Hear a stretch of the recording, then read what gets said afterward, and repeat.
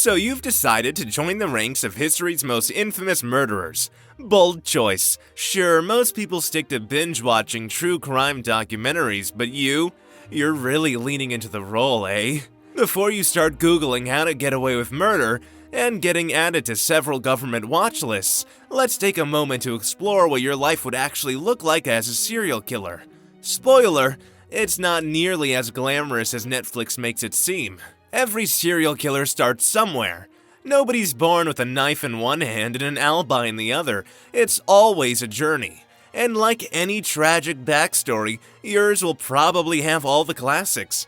A turbulent childhood, an odd fascination with dead things, or maybe even a flair for creative violence that should have been flagged in art class.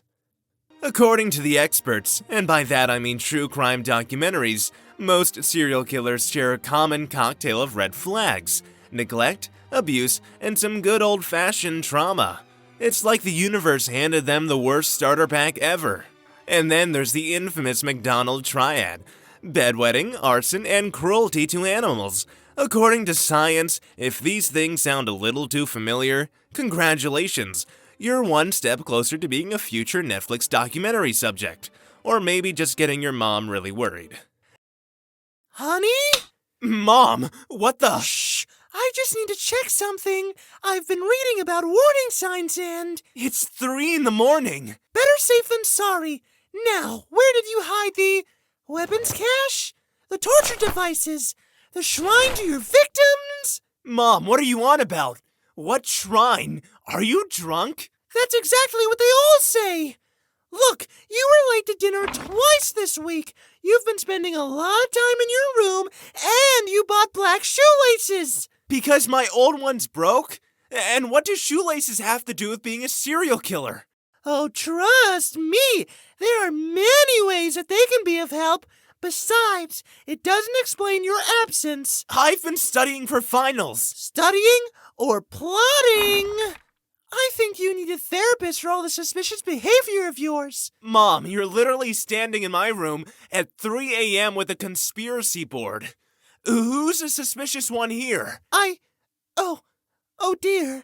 Maybe I should call my therapist. Yeah, and maybe cut back on the true crime podcasts. But I'm only on episode 47 of Moms Who Missed the Signs. But you can never be too careful while parenting. Take Ed Gein, for example, a guy whose origin story is a masterclass in what happens when bad parenting goes unchecked. Ed didn't just have mommy issues, he had the gold standard of mommy issues.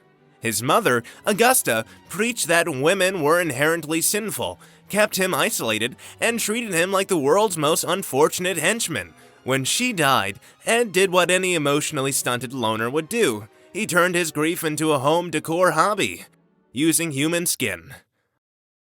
Lampshades, belts, masks, you name it. Ed probably made it. Out of human skin, of course. Wow, Ed. This is really something. Where'd you get this? It's so unique. Oh, I made it myself, custom tailored. One of a kind. You made this? That's incredible craftsmanship.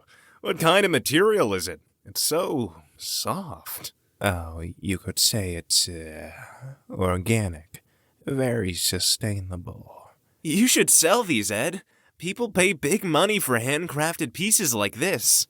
Oh, I don't think they'd fit everyone's taste. Let's just say they're not mass-producible. And this chair, it's like something out of an art gallery. Well, you know what they say. Every piece tells a story.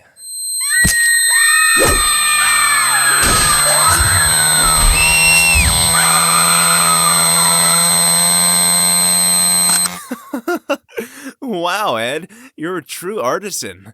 What's your secret?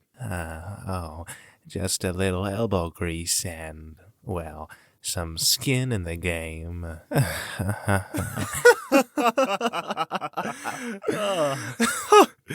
Ed, you're hilarious, Ed. Of course, not every serial killer's origin story is a tragic opera. Some killers come from seemingly normal households, which is even scarier when you think about it. Like Ted Bundy, who didn't have the usual abusive parent story. but did have a shocking ability to mask his psychopathy behind a smile. In fact, Bundy's clean-cut image fooled everyone, proving you don't need a traumatic childhood to become unhinged, just a lot of arrogance in a Volkswagen Beetle. So where does that leave you? Your origin story might not be as cinematic as Gein's or Bundy's, but if it involves spending 12 hours a day on Reddit rants and still texting your ex at 2 a.m., you're already off to a bad start. Here's some advice. Channel that energy into therapy, journaling, or literally anything that doesn't involve a shovel and hiding a body. But if your childhood was more like what I just described before, then welcome to the next stage. Choosing your style. Like any profession, serial killing has its trends, its archetypes, and let's be honest, its cliches. Back in the day, poison was so in. Everyone from Victorian socialites to Elizabeth Bathory was sprinkling arsenic like it was MSG. Fast forward to the 20th century, and strangulation became a go-to. The last thing you want to be is an out-of-trend serial killer. Please don't hurt me. I have a family. Don't worry, this will be over quick. Just a little slice and... A knife? Seriously? It's so 1970s. What's next? A creepy phone call before you kill me? Maybe a chainsaw cameo? What? What's wrong with a knife? It's classic. Yeah, classic in a you're way behind the times kind of way. The real trendsetters these days are doing things like toxic chemicals or, I don't know, drones. You're basically a Sears catalog of serial killers. Sears?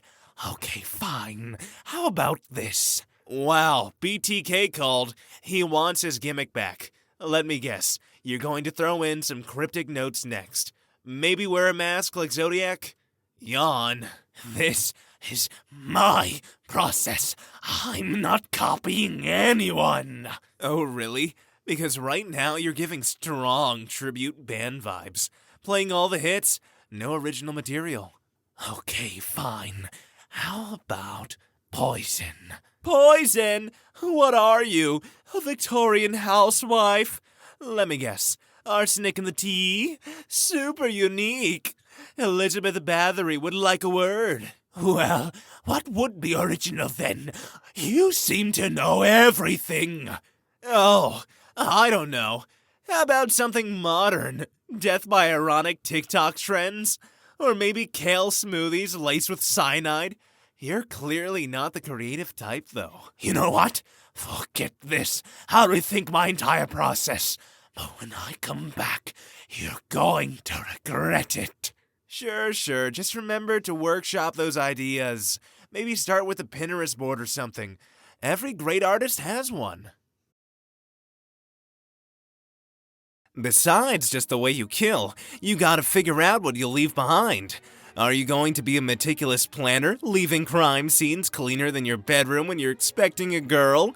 Or the chaotic wild card, leaving behind more evidence than a toddler with finger paint? Meticulous planners, like the infamous Zodiac Killer, thrive on precision and mystery, leaving behind cryptic puzzles that haunt police departments for decades. Meanwhile, chaotic killers like Richard Ramirez, the Night Stalker, leave trails of terror that read like a bad horror movie script. The real question is, which one are you? Probably neither, because you're already Googling how to dispose of evidence with your search history still logged in. Then there's Ted Bundy, the poster boy for calculated charisma. Bundy's style was as polished as his comb-over. He didn't just lure victims, he charmed them. With a fake cast on his arm and a smile that could sell used cars, Bundy managed to make his victims feel like they were helping him. Creepy? Yes. Effective? Unfortunately, also yes. Now, unless you've got Bundy-level charm, and let's face it, you don't, you might want to rethink any plan that involves winning people over. Just stick to being forgettable in public and awkward in private. You know what? I'm going full wild card. Messy enough to keep him guessing, but just clean enough to make him think it's intentional. Like abstract art, But murder, what do you think? Well, damn, I thought you'd have backed away by now, but alrighty then. If that's what you want, let's move on to the next part. The moment of truth, or more accurately, the moment where all your bad decisions finally catch up to you. Preparation is everything. Real killers know that. Take Jeffrey Dahmer, for example. Dahmer wasn't just meticulous, he was chillingly methodical. He didn't just wing it, he planned his crimes like a twisted science experiment. He had a horrifyingly calculated routine, choosing his victims, luring them in, and ensuring his apartment looked like a murder-themed escape room. Then there's the actual killing itself. Hollywood loves to glamorize this part. Smooth, silent, and over in seconds. Reality, it's messy, chaotic, and not at all the James Bond fantasy you've cooked up in your head. Even the most infamous killers had their slip-ups. Take Richard Ramirez, for example. He once broke into a couple's home expecting an easy target, but the husband had balls of steel and decided to fight back. Ultimately, Ramirez was forced to flee, which just goes to show that even the most meticulous planning can go awry in the heat of the moment. Bottom line, if you think you can wing this, think again. Real killers like Dahmer treated their crimes like full-time jobs. But unless you're ready to go full method actor and lose yourself in the role and, your freedom, maybe stick to something easier like, I don't know, knitting. Wow, so you're really about to do this, huh? Yeah, they're just beyond the store in the basement. I'm gonna go in, do a few slashes, and be out in 2 minutes. Clean and simple. Well, alright then, champ. Get back! Get back! I have a knife!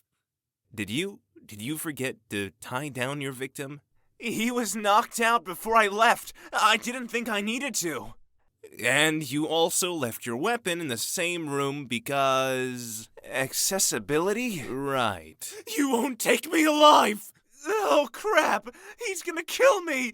Help! Oh, the irony. Stop struggling! Whoa, he's way better at this than you are. Maybe you guys should switch careers. I think I'm having a heart...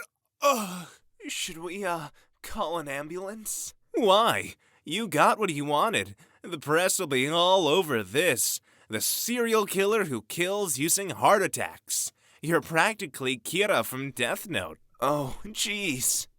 So, you've done the deed. Congrats, or, not, because you've pretty much doomed your entire life for a little bit of action. But now comes the hardest part, staying out of prison. And here's the thing, this is where most killers royally screw up. Turns out you're probably not as smart as you think, and the cops, yeah, they've seen it all before. Covering your tracks isn't just about wiping down a surface or ditching a weapon. It's a full-blown chess match. Except you're not Bobby Fischer. Let's start with the basics. First rule, stop trying to be clever. You know who thought he was clever? Dennis Rader, also known as the BTK Killer. Rader spent decades taunting police with letters and cryptic messages, convinced he was untouchable. But then he had one fatal misstep. He sent a floppy disk to the cops and asked if it could be traced. They said no. They lied. So, if you're tempted to play mind games with law enforcement, just remember, they're smarter than you. And they also have IT guys. Hey, Jake. Morning, Rob. What's with that face? Your mechanical keyboard in Cherry MX Blues, the keystroke pattern analysis shows aggressive typing at 127 words per minute at 3 a.m., followed by repeated backspacing. Writing up that HR complaint about me, were you? How did you? Your CPU was spiking at 98% load for exactly 47 seconds before dropping to 0. Classic signs of panic deleting. What was it? Third draft of that email about my unprofessional behavior? This is getting disturbing. Oh, and your network packets show you bouncing between the HR portal and thesaurus.com. Particularly interesting spikes in searches for alternatives to the word negligent. Creative, but, maybe don't draft complaints on a company network I manage.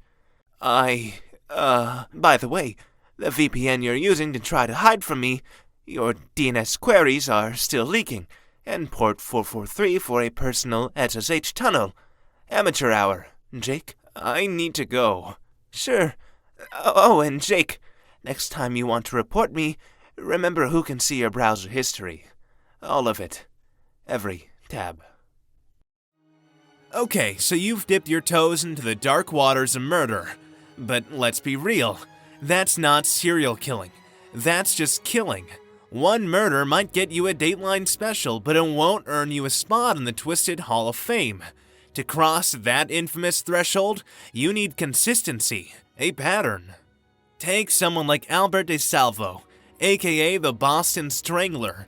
He didn't just stop after one victim, he developed a specific routine, targeting women in their homes and using their own stockings as ligatures.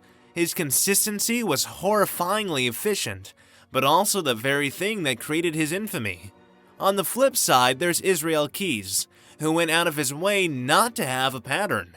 He buried kill kits across the country and packed victims randomly to throw off investigators. Next, and this is crucial, you need to pace yourself. Serial killing isn't a sprint, it's a marathon. At least if you want to stick around long enough to make headlines. Consider the Green River Killer, Gary Ridgway, who managed to evade capture for decades because he took his time, carefully selecting his victims and spacing out his crimes. Unlike Richard Chase, the vampire of Sacramento who blew through victims in a chaotic week-long frenzy that was just like the Hawk Tuah girl's career, short, messy, and ended with a huge legal disaster. And finally, remember, serial killing is as much about maintaining control as it is about the act itself. The moment you lose your cool, you're just another cautionary tale for a true crime podcast. Jeffrey Dahmer got away with his crimes for years because he kept his operation discreet. Until he started keeping trophies and his apartment turned into a smell factory. That's when his neighbors got suspicious. And well, the rest is history. Did you see this? I'm on every feed!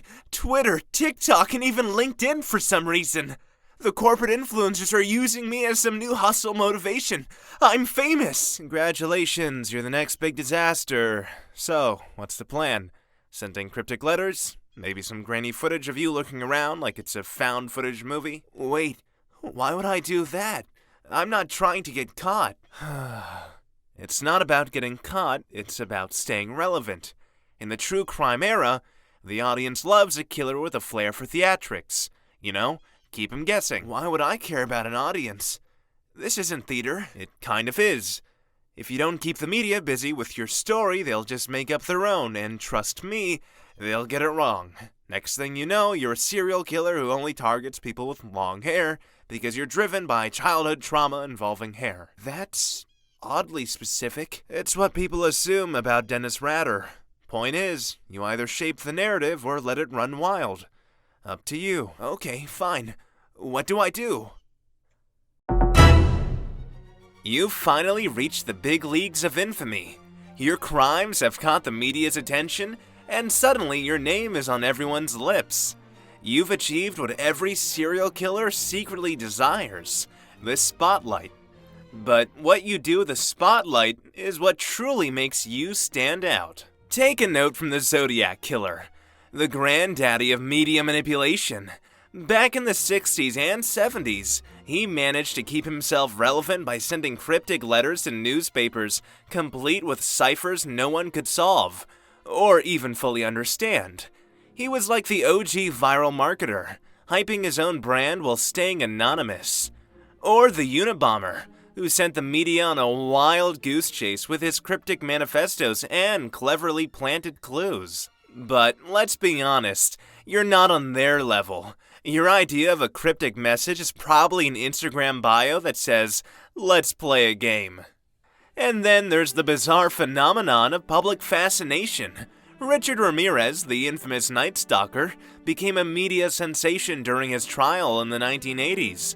He even attracted groupies. Yes, people actually sent him love letters.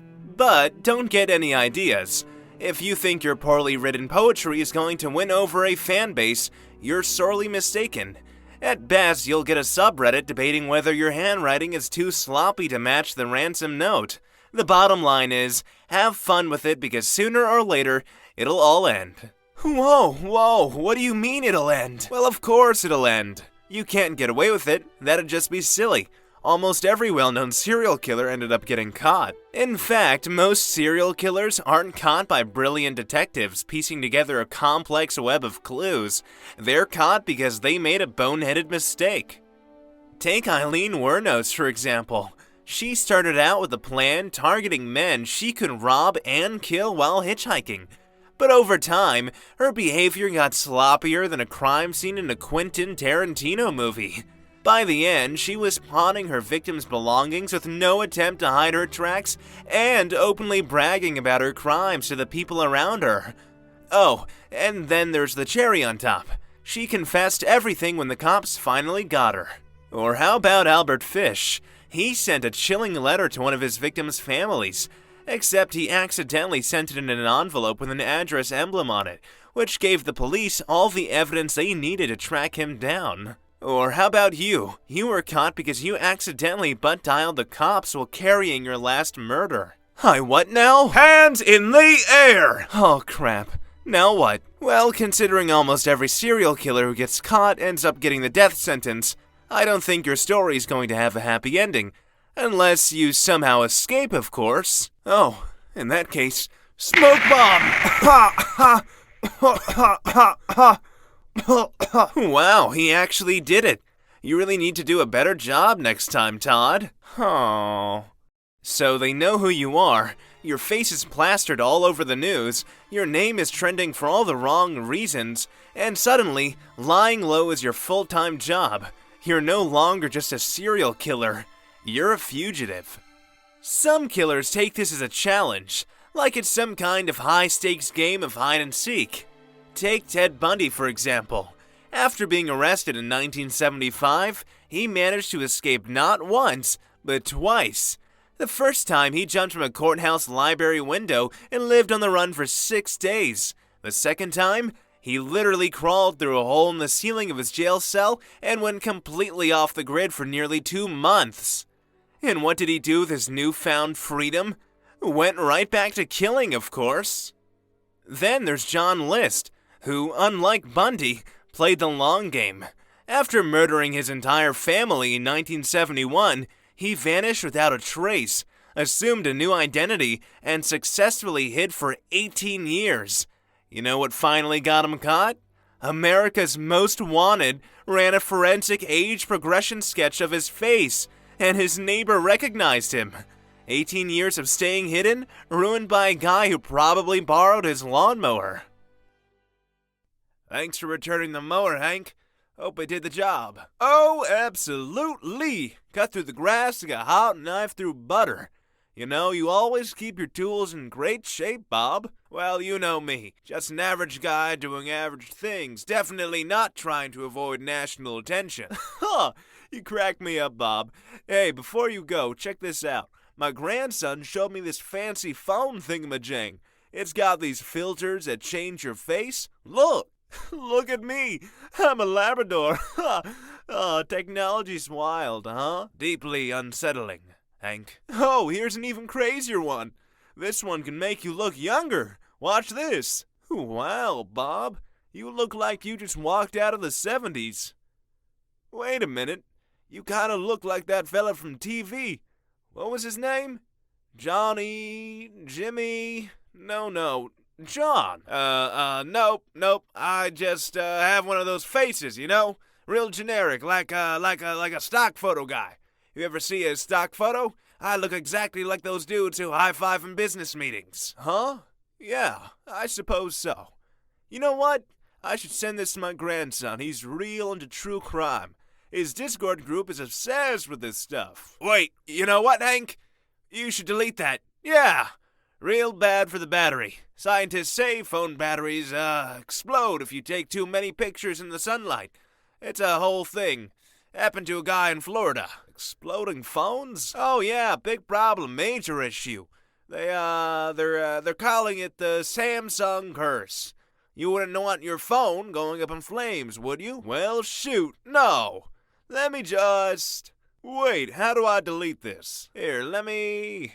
Oh, hey, you just sent that to our local Justice for Cold Cases group. You know what, Hank? I just remembered.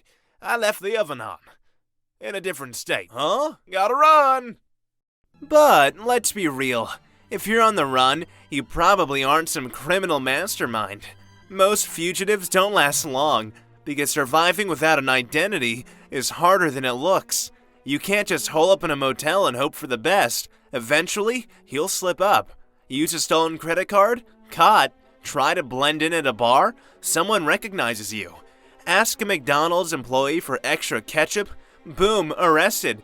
Just ask Luigi Mangione. But hey, maybe you are the exception. Maybe you'll outrun the cops, avoid the headlines, and keep your secrets buried forever. You did make it this far, so maybe you deserve to spend the rest of your life carefree on a tropical beach, sipping a drink and just enjoying the weather. Until, of course, some silly goose gives a hot tip of your location to finally get you busted because the video was getting too long. That's your life as a serial killer. Not too shabby.